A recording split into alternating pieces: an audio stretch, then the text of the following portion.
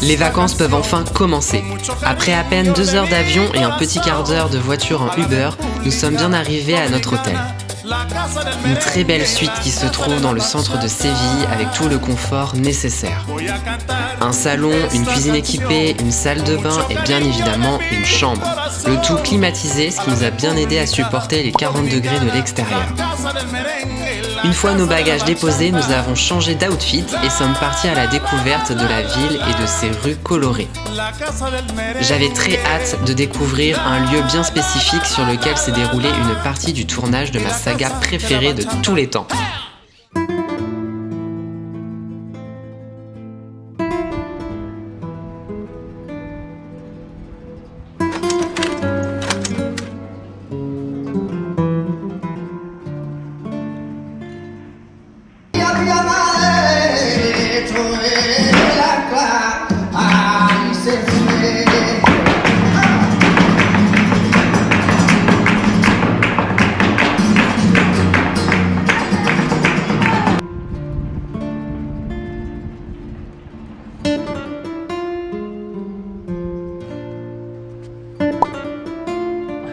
La Plaza de España est vraiment un endroit magnifique et magique où on s'y sent tout petit. La place est bordée par un immense parc où il est possible d'y croiser de mignonnes petites créatures sauvages. Ou de se faire attaquer par des pigeons.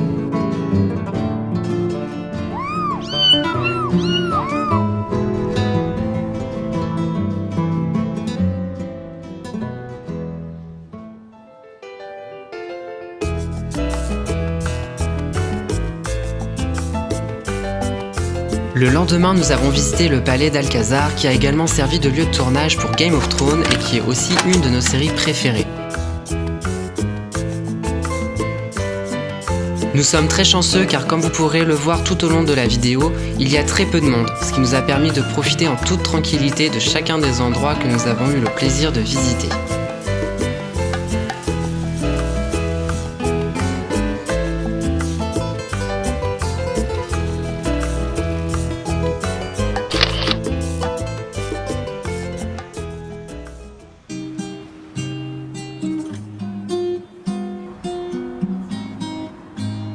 En se baladant, nous sommes entrés dans le bâtiment de Las Archivas General de Indias. C'est gratuit, ça prend peu de temps, alors n'hésitez pas à le visiter.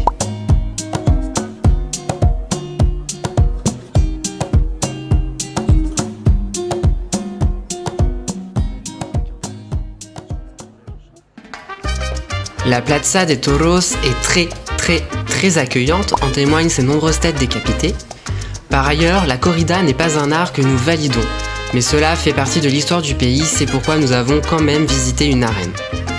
En visitant le musée, nous avons pu apprendre que de base, il s'agit d'un entraînement militaire où les soldats montaient à cheval en affrontant un taureau. C'est au fur et à mesure du temps que c'est devenu un spectacle qui par ailleurs divise beaucoup les gens sur place par rapport à la cruauté envers les taureaux.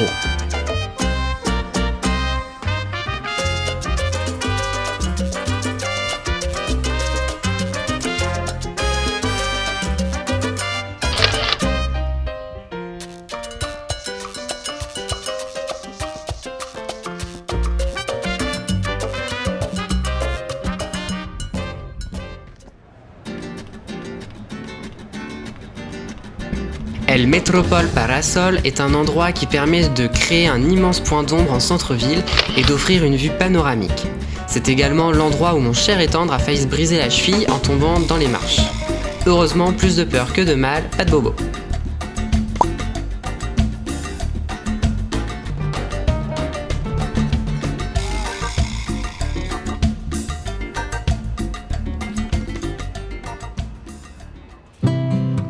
Troisième jour, nous avons visité la cathédrale de Sevilla en commençant par le clocher.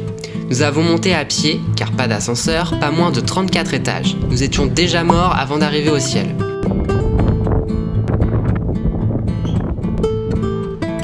Puis, nous sommes redescendus pour visiter le site et avons pu observer ce superbe tableau de femmes marchant sur des têtes d'enfants décapités. J'adore les enfants.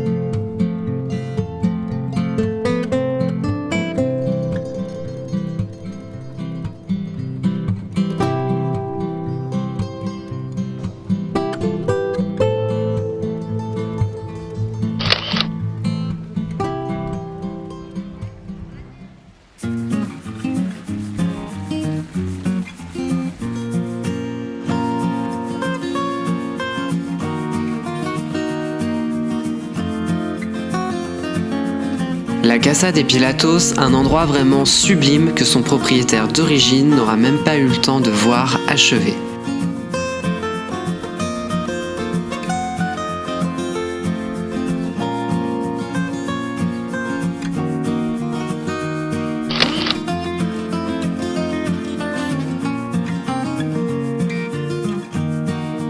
What the fuck?